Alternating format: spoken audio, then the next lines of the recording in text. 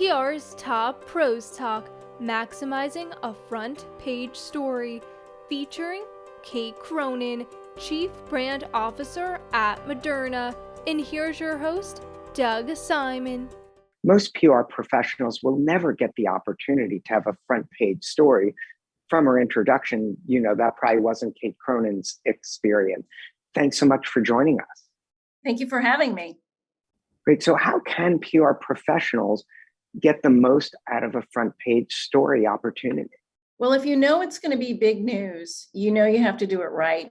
And you have to be as transparent as possible with what your story will be. And that's creating the narrative and making sure that your spokespeople understand what you're trying to communicate and what the messaging is around it. And I think also understanding which media you should go to with an embargo. An embargo can certainly help with a front page story because it gives you the opportunity to get more information in front of a reporter before the story actually breaks. So when it does break, they have all the backgrounding that they need to write a full and complete story. And that's really a strategy we've been deploying a lot at Moderna. Yeah. Any way that you can build trust with journalists? Because obviously, if you're asking them to hold on to this major news story that's going to get their article on the front page, they have a lot of pressure to go quickly. How do you build that kind of trust? A lot of top tier media are certainly used to this idea of the embargo. This is nothing that Moderna invented. It's certainly an opportunity to demonstrate that we can trust them by giving them the information prior to the news breaking. But it's also an opportunity to demonstrate a two-way street in terms of backgrounding them, spending time with them. We put reporters in front of our spokespeople and our physicians and our researchers all the time. And we spend the time that they need to get the story right. And I think it's super important for a company to invest in that time and energy it takes to educate reporters about what you're working on and what the story is. And that's really what we've been doing. And that all builds up to that front page story, if you will. Hey, what are some mistakes or maybe a key mistake to avoid when your story is so big, reporters are coming at you constantly, there's news everywhere? I think it's important to not react to every piece that comes at you that might be inaccurate or might have a headline that's slightly off or something that's a minor mistake in the story. Reacting to everything can be a challenge for you and can distract from staying the course, which I think is the most important thing. Stay the course, don't react to everything, don't get distracted. And, unless it's a super issue or a big problem, an error, just stay the course and you'll be fine. Yeah. One quick follow-up to that is, what are some sort of tips or criteria you use to determine if something is sort of a smaller and won't likely explode into a bigger thing? How do you keep an eye on that? We'll monitor to make sure something doesn't get picked up. Sometimes we'll make a call to the media outlet. And if they push back on us, then we know that perhaps this isn't going to go anywhere. We're not going to waste any energy on it. However, it does feed into how we manage the story in the future, because then we can actually shape it in a more assertive way than perhaps we did originally. So there are learnings when that happens. Yeah, one of the challenges there is stories that big are generally fluid in nature. And so how do you handle it when sort of the news and almost your position and the facts change so frequently as new information comes to light? It's so true that when you think about COVID, the news changed pretty much on a weekly, if not daily basis.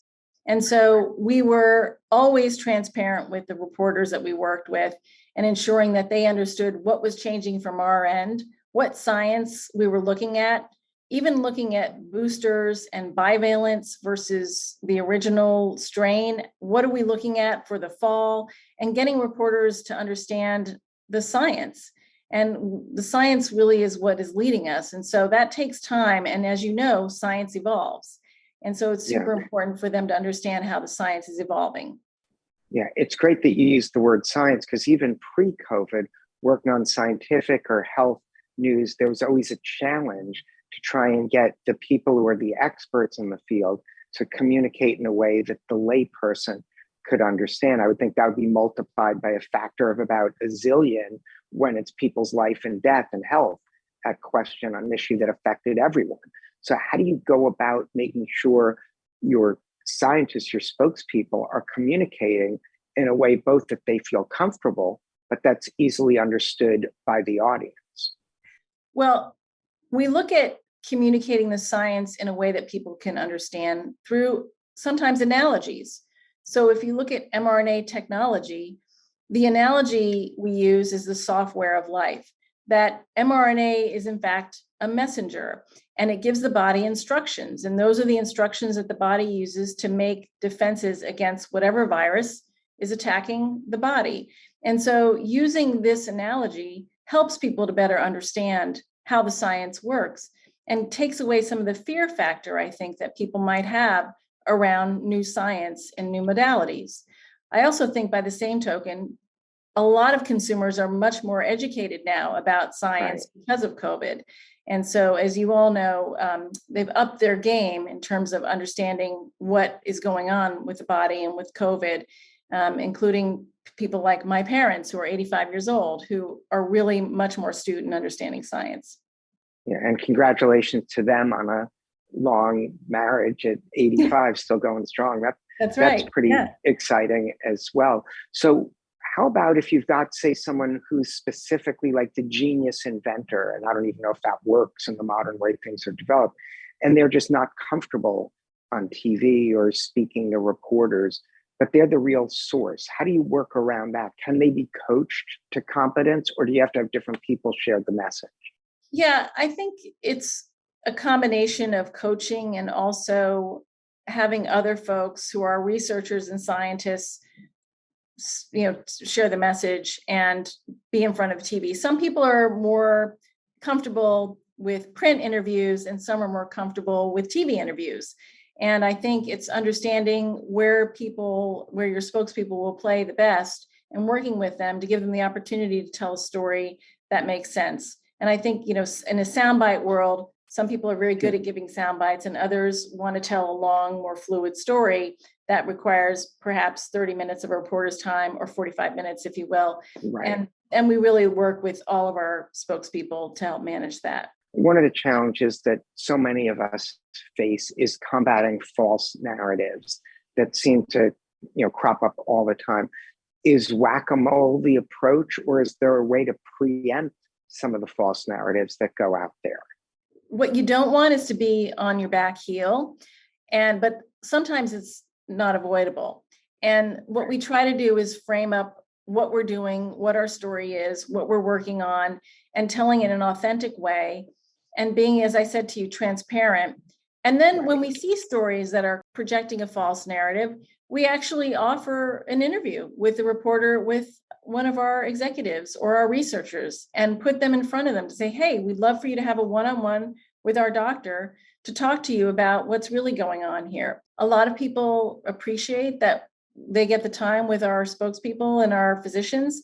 And I think that's one way that we've managed it. And also just framing up what we're doing and using our own content and really pushing that out in an effective way versus being on our back heels, which has been, a challenge in some cases, as you may know. Of course. And as chief brand officer, one of the most important audiences to protect and preserve and make sure they have the proper view of the brand is internal audiences. We've seen a trend where external communications are among the most effective ways to commute internally, because if your leaders are saying this out publicly, that almost carries more weight than something they communicate privately.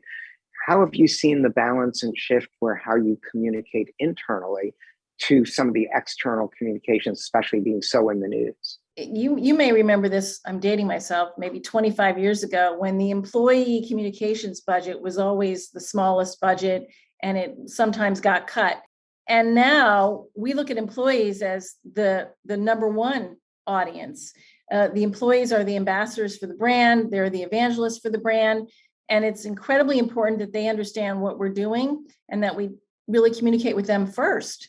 And so that's our strategy, is really radiating out. So starting with the employees, sharing news with them and radiating it out, is incredibly important. And that, when we have something that's newsworthy and that we share it with a press release, we make sure the employees are seeing it at the same time if it's something that we can't share ahead of time. And so this is a super important part of what we do, because as you know, we've been recruiting a lot in the past couple of years. We've grown significantly and we're still recruiting. And so we want not only for people to want to come work at Moderna, but also for the employees to help us recruit for Moderna. And they also, to make sure they stay, is important. I was going to say, similarly, years ago, satellite media tours were that small part of the budget. Fortunately, that's changed, which has worked out well.